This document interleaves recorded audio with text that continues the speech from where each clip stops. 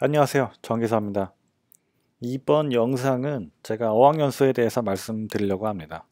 제가 대학생 여러분들을 위해서 이제 진로 관련된 영상들을 많이 올렸고요. 그 다음에 제가 생각했을 때 어학연수랑 교환학생 가는 거 정도만 남은 것 같습니다. 근데 제가 교환학생을 다녀온 적은 없고 어학연수를 다녀온 적은 있어요. 그래서 교환학생은 제 주변에 교환학생을 다녀온 분들에게 조금 물어봐서 어떤 과정을 통해서 교환학생을 가게 되는지를 좀 알아보고 영상을 만들려고 하고요.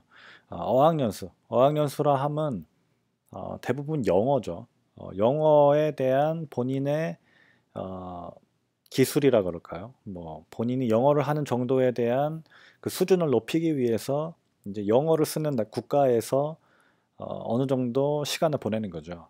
뭐 호주로 워킹 홀리데이 비자 같은 거를 가는 사람들도 있고요. 저는 그냥 영국의 어학학원, 뭐 아카데미라고 하죠. 그것을 한 9개월 정도 다닌 경험이 있습니다. 거기에 대해서 말씀드릴게요. 일단 이 어학연수를 가는 게 좋냐라는 것에 대해서부터 말씀드릴게요. 대부분의 사람들은 어학연수 가봤자 놀고 음, 거기서 뭐 돈만 쓴다라는 얘기를 하는 사람들이 많습니다. 제 동생도 주변에 어학연수 갔다 와서 영어가 정말 는 사람은 거의 본 적이 없다라고 얘기를 했고요. 사실 어, 근데 이거를 생각해 보면 세상의 모든 일들은 본인이 선택한 것에 대한 결과는 본인이 만들어 가는 겁니다. 어, 저는 어학연수를 가서 나름 열심히 공부했습니다. 영어를 배우기 위해 갔고, 어, 그 영어를 배우기 위해 간 이유부터 설명을 드릴게요. 제가 대학교 2학년 마치고 저는 공익근무요원을 했는데, 공익근무요원 때 토익을 공부를 좀 했었습니다. 그래서 토익 시험을 봤는데, 어느 정도 준수한 성적을 받았어요. 그래서 영어를 이제 어느 정도 영어도 준비가 됐네. 취업을 위한 영어는 어느 정도 준비가 됐나라고 생각을 했는데 제가 이제 길을 걷던 도중에 어떤 외국인이 저한테 영어로 이쪽으로 가면 신촌이 나오냐, 신촌역이 나오냐라는 어, 질문을 던졌어요, 저한테. 근데 제가 그 말은 알아들었는데 무슨 말을 해야 될지 모르겠더라고요. 그 순간. 그래서 제가 어떤 생각이 들었냐면, 아, 영어, 토익 잘 본 게 영어를 할 수 있는 게 아니구나라는 생각이 들어서 저는 영어가 어차피 세상을 사는데 많이 필요하다고 하는데, 그러면 어학연수를 가보자. 제가 학점이 너무 안 좋아서 제가 교환학생을 생각을 하진 못했어요. 제가 아는 거는 교환학생은 어느 정도 학점이 되고 토플을 봐서 어느 정도 그 기준점이 맞춰진 상황에서 지원을 해서 가는 걸로 알고 있어서 일단 어학연수를 가자라는 생각을 했습니다. 제가 성격이 그렇게 외국인하고 잘 어울리는 성격이 아니었고요. 지금도 그렇게 외국인하고 잘 어울리지 못합니다. 그래서 사실은 제가 영어 실력이 일치월장했느냐에 대한 질문은 어렵습니다. 왜냐면은 한국인은 말을 하기가 아직 어려워해요. 근데 어학연수를 갔을 때 느낄 수 있는 것들이 굉장히 다양합니다. 이제 대한민국에 말고 대부분 영어권의 국가들은 대한민국보다 선진국들입니다.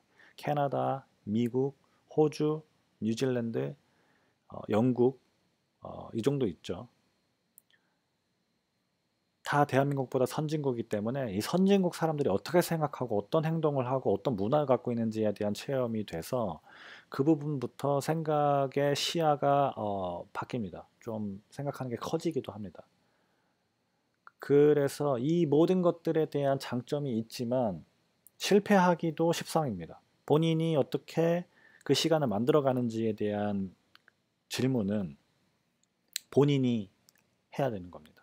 그래서 저는 개인적으로 본인이 열심히 본인의 목적을 이룰 동기가 있다면 가는 것을 추천드립니다. 어, 하지만 본인이 갔을 때 좀 놀 가능성이 높을 것 같다라고 하면 안 가는 것도 답이라고 생각합니다. 모든 세상의 일은 본인이 어떤 식으로 그 시간을 만들어 가느냐의 문제인 것 같습니다. 그래서 이 질문은 제가 그렇게 답변을 드리도록 하고요. 어떻게 알아봤냐면 저는 그때만 해도 영어 실력이 그렇게 많이 좋진 않아서, 그리고 그 외국에 있는 외국인하고 영어로 이메일을 주고받는다거나 하는 것에 대한 자신감이 없어서 유학원을 통해서 알아봤습니다. 하지만은 본인이 어느 정도 영어 실력이 된다면, 물론 된다면 어학연수를 갈 이유가 없기도 하지만 직접 알아보는 것도 어느 정도 도움이 된다고 생각합니다.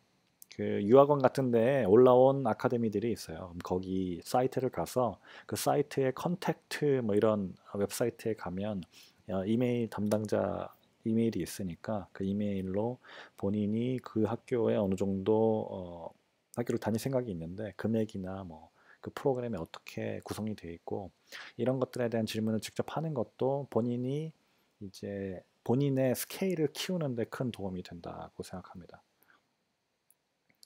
그리고 이제 갔을 때 이제 어학연수를 갔을 때 팁을 드리자면 제가 이렇게 세 가지 정도로 정리해봤어요. 그 어학 시험이 있습니다. 토플은 많이 아실 거고요. IELTS는 호주에서 만든 영어 시험으로 알고 있는데 유럽 쪽에서 좀 더 통용되고 있는 영어 시험입니다. 토플이랑 거의 똑같다고 보시면 되고요. 근데 제가 봤을 때 난이도는 조금 쉽습니다. 그래서 저는 IELTS를 준비했었어요.